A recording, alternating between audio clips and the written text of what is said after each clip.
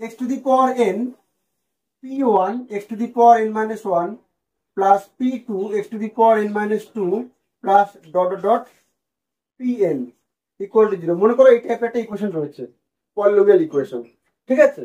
আর এর রুট ধরে নিচ্ছি আমরা, let the roots R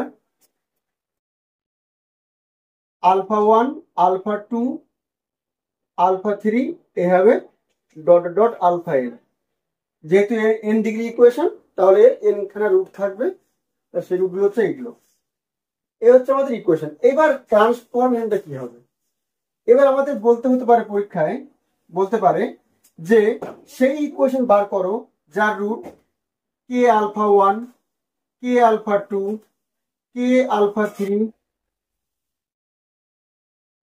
dot dot dot K alpha n এইভাবে।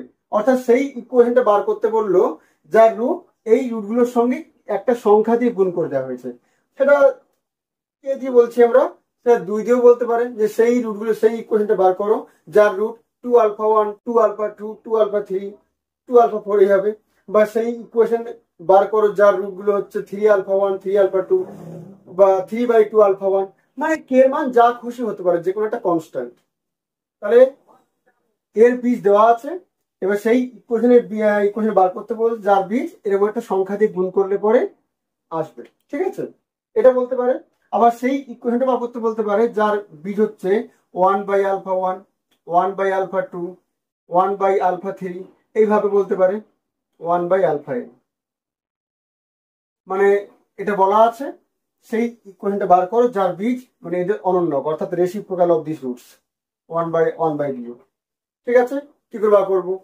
কিংবা এমনও বলতে পারে যে এই ইকুয়েশনটার বীজ হচ্ছে এরা, তাহলে সেই ইকুয়েশন বার করো যাদের যে ইকুয়েশনের বীজ হচ্ছে আলফা 1 -2 আলফা 2 -2 আলফা 3 -2। আর 2 না লিখে কে লিখতে পারি আমরা, মানে একটা নির্দিষ্ট সংখ্যা বিয়োগ করা হচ্ছে সবার থেকে।